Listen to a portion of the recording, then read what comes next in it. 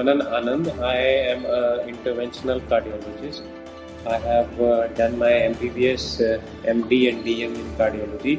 I am practicing interventional cardiology for the last 10 years.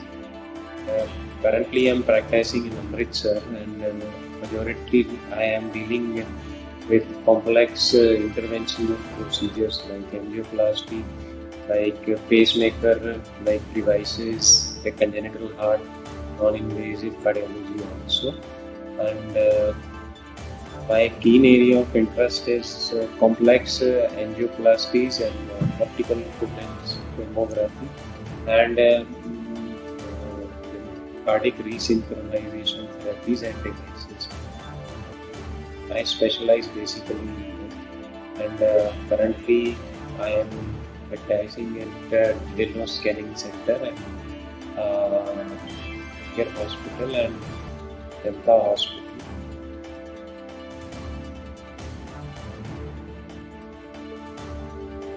So the heart failure, as the term would suggest, is inability of the heart to maintain the function or the sustainability of the body. It is the inability of the heart either to eject blood, which is required currently for the ongoing metabolism of the body, or to fill in with blood, which is required for the effective functioning of the body. So this is basically the failure of the function of the heart.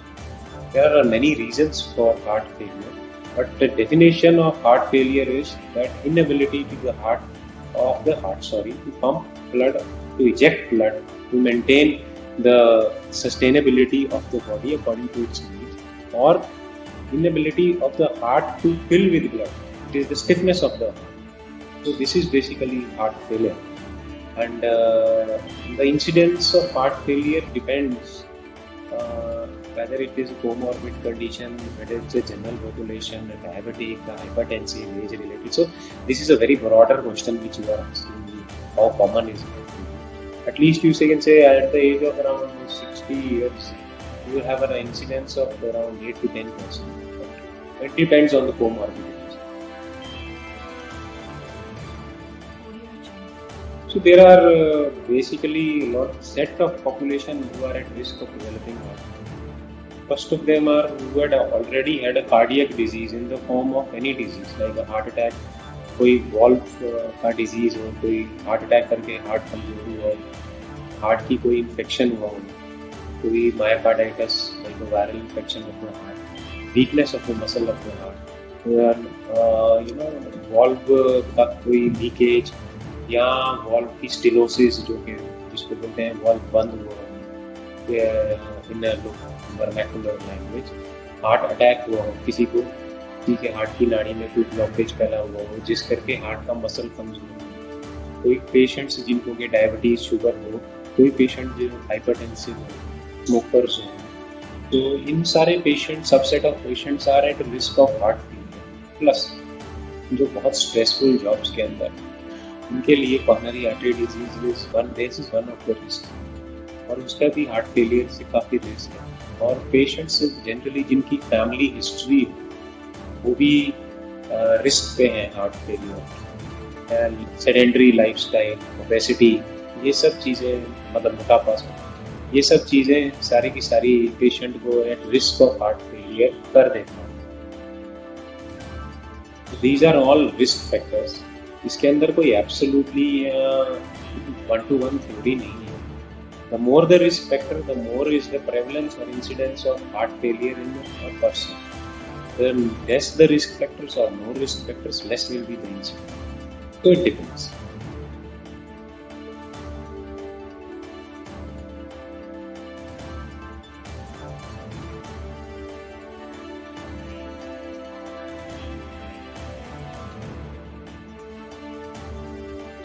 So answering your first question, first the people need to know whether they are suffering with heart failure or not.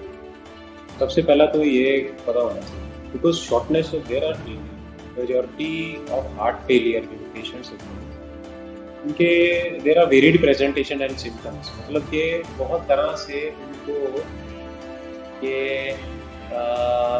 मतलब एक तरह से difficulties या symptoms आते हैं जिससे वो doctor के पास जाते हैं। उसमें सबसे कॉमन जो सिम्पटम्स हैं वो हैं कि सांस फूलना, जब एक्सरसाइज करना उस वक़्त आप उसे हो ना पाना, फटीग हो जाना, हाथ पैरों में सोजिश हो जाना, मुंह पे स्वेलिंग हो जाना, बंदे का लेट ना सकना, लेटते हुए उठ के बैठ जाना जिसको पीएलडी कहते हैं। उसके बाद चलते समय छाती में दर्द होने लग जाना, उसको एंजाइना कहते हैं, और साथ में सांस फूल जाना। उसके बाद हार्ट फेलियर की और बड़ी तरह की प्रेजेंटेशन है, जैसे कि बलगम में फूंक आने लग जाना, जैसे कि खांसी रहना, जैसे कि लेटते समय खांसी हो जाना। तो पहले तो ये डायग्नोज करना है पहले कि हार्ट की बीमारी है भी कि नहीं, क्योंकि ये सारे जो सिम्टम्स हैं ये ओवरलैप और भी बीमारियों के साथ करते हैं, चेस्ट के साथ कर जाएंगे, किडनी फेलियर के साथ कर जाएंगे, इन्फेक्शंस के साथ कर जाएंगे। तो first they need to know whether you have heart disease or not. उसके लिए उन्हें कोई कार्डियोलॉजिस्ट को संपर्क करना है,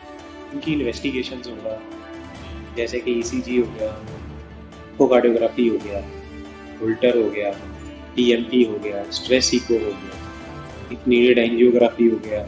ये सब चीज़ें हैं जिससे कि पता लगेगा कि हार्ट फेलियर है कि नहीं। दूसरी चीज़, पहली तो अगर तो हार्ट फेलियर हो गया, अब हार्ट फेलियर भी दो तरीके का है। एक है heart failure with normal ejection fraction और प्रिजर्व्ड इजेक्शन, एक है heart failure with reduced ejection fraction. अब इन चीज़ों के अंदर ऐसा है कि मेजॉरिटी मैं आपको लेमैन के लिए बता देता हूँ, इसमें पानी कम पीना होता है, बहुत ज़्यादा नहीं पीना, सॉल्ट रिस्ट्रिक्शन रखनी है, मतलब ये नहीं कि बंद ही करना है, मॉडरेट अमाउंट के अंदर सॉल्ट लेना है।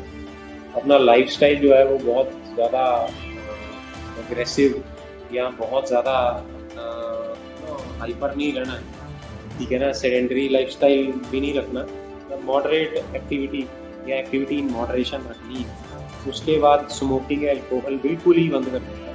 तो whatever the common notions are it is good for heart, जैसे alcohol is good for heart, ऐसा नहीं है। वो red wine in moderate quantity is protective but it is not good for heart. So ये चीज़ें बंद करनी है, अल्कोहल, स्मोकिंग, ये सब चीज़ें बंद करनी है। उसके बाद आपकी डाइट भी fried, fast food, junk food आपको स्टॉप ना है। सो ये तो इन जनरली गाइडलाइंस हर एक डिजीज से बचने के लिए है, जो हार्ट डिजीज से भी बचने के लिए। और हार्ट डिजीज से बचने के लिए है कि आप अपने डॉक्टर को दिखाएं, अपनी नियमित दवाई खाएं, उसको ना स्किप करें। कई बार आप दवाई स्किप करेंगे, कोई डायबिटिक या कोई ऐसी दवाई स्किप करेंगे जिससे आपकी डेथ भी होगी, तो दवाई ना स्किप करें। अपने रेगुलर ब्लड के टेस्ट कराते हैं, इलेक्ट्रोलाइट्स, जिससे कि हार्ट डिजीज़ की थेरेपी और दवाइयाँ जो हैं तो कि ऑल्टर किया जाता है, टेपर किए या बढ़ाया जाए या कुछ भी किया जाए। तो हार्ट डिजीज़ जो है उसके लिए ये सब चीज़ें, इन्वेस्टिगेशन जो है, दूसरा दवाइयाँ, ये जो पेशेंट्स हैं उनको एक तो एजुकेट करना पड़ेगा, बिकॉज इंडियन के पॉपुलेशन ऐसी है मेजॉरिटी, जो कि एक बार आप दवाई लिखो उसको आराम मिल जाएगा, उसके बाद उसने नहीं दिखाने आएगा, वो तभी आएगा जब उसको बहुत ज़्यादा प्रॉब्लम और वो बड़े सारे डिटीरियोरेट होते आते हैं। तो एक तो उनको आपको एजुकेट करना पड़ेगा, दूसरा उनको समझाना पड़ेगा, तीसरा मेक इट श्योर कि ये खा रहे हैं दवाई।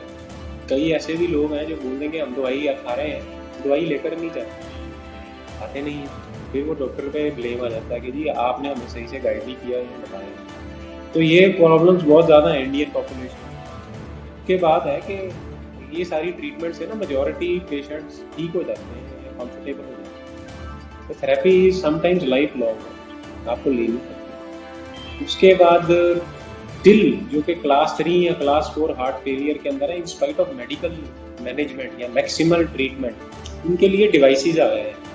डिवाइसेस है biventricular pacemaker, cardiac resynchronization therapy, dual chamber pacemaker, dual chamber नहीं, triple chamber pacemaker, LVAD, RVAD, Impella, ये सब चीज़ें हैं। बट ये चीज़ें जो हैं till the biventricular pacemaker CRT या CRT-D are concerned, I am doing that.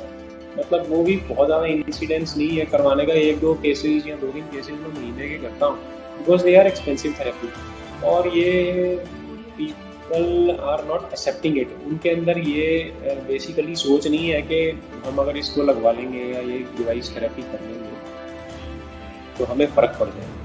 वो ज़्यादा तो मिसगाइड ऐसे ही होते हैं कि दवाइयाँ खाते रहो, चलता रहेगा सिस्टम। तो हमारे पास तो बहुत डीकम्पनसेटेड पेशेंट आते हैं and they do well, majority होते हैं। ये नहीं 100% में से लगा लो कि 30% तो CRT का भी फेलियर रहता है, बट मेजॉरिटी डू है। तो हमें एक तो उनको ये समझाना पड़ता है कि भाई इसकी आपको ज़रूरत है, दूसरा इतनी फाइनेंशियल पावर भी होनी चाहिए जिसकी कि वो पैसे खर्च सकें।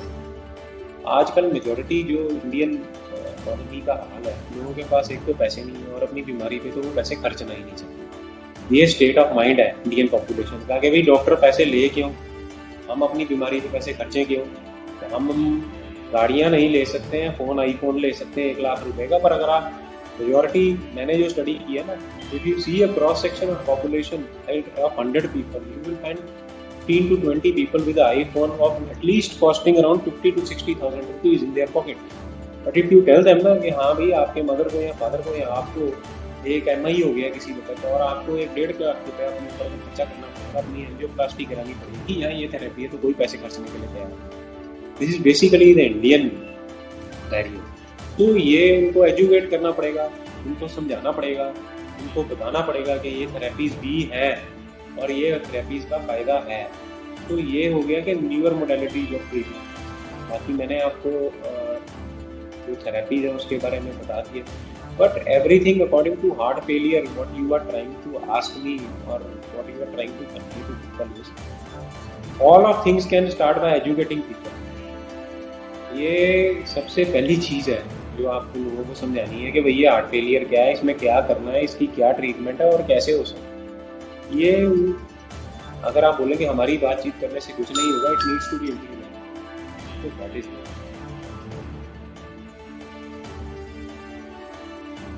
मैंने आपको बताया, मेरा मैसेज क्लियरली एक ही है कि भाई अपने डॉक्टर पे फेथ रखो, आप दवाई खाओ, तरीके से अपना डॉक्टर को दिखाएं, अपनी इन्वेस्टिगेशन करें, अपनी इन्वेस्टिगेशन के साथ अपनी ट्रीटमेंट को ऑल्टर, चेंज, इंक्रीज, डिक्रीज जैसे वो करें।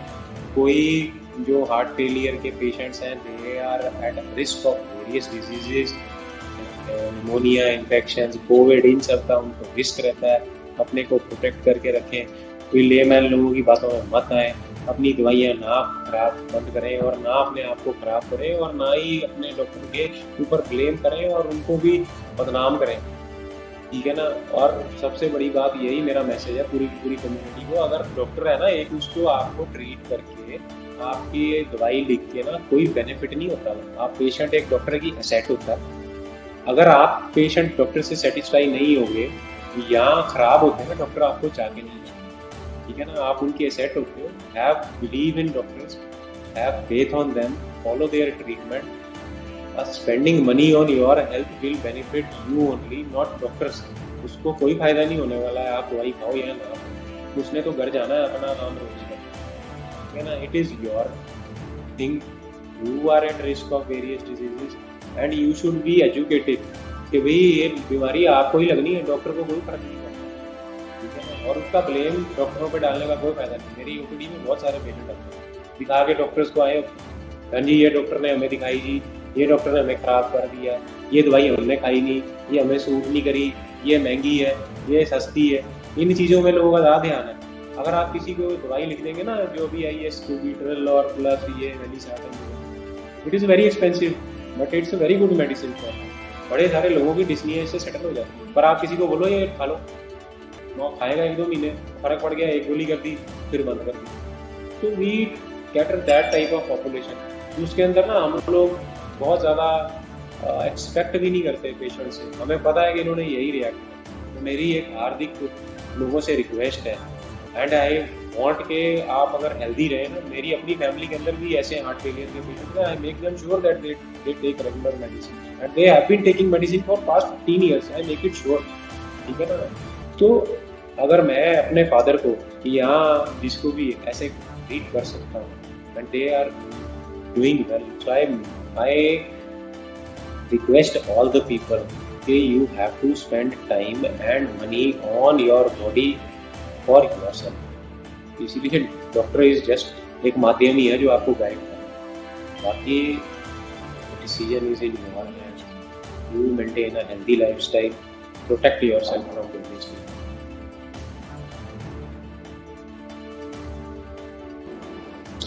Regular exercise at least for 1 hour brisk exercise. Secondly, stop any addiction, alcohol ये सब बंद करें बिल्कुल. तो उसके बाद कोई भी स्मोकिंग वगैरह बंद करें, अपना बॉडी वेट चेक में रखें, अपनी लाइफस्टाइल सिंपल रखें, गंद वगैरह ना खाएं और एक्सेस ऑफ स्ट्रेस ना लें. थोड़ा बहुत तो लेना पड़ेगा ही. स्लीप वगैरह अपने हैबिट्स में बदलें. तो live a healthy life. Protect yourself from any disease, not even heart any disease, but rather than getting treatment for that. और last and the final thing, if you can afford, अपनी health insurance करा लो. क्यों करके ये diseases अब rampant हो गए हैं. ये pandemic हो गई है, epidemic भी नहीं, pandemic heart disease. तो कहीं ना कहीं आप किसी के शिकंजे में आ जाए तो एटलीस्ट आप इंश्योरेंस से कवर हो, क्योंकि मेजोरिटी टाइम पे ये एक्सपेंसिव ट्रीटमेंट्स हैं. आप पैसे नहीं होंगे तो मुश्किल होंगे. That is my message to the community and how to protect yourself. And if you have encountered a disease also, you please get insurance. पहले ही करा.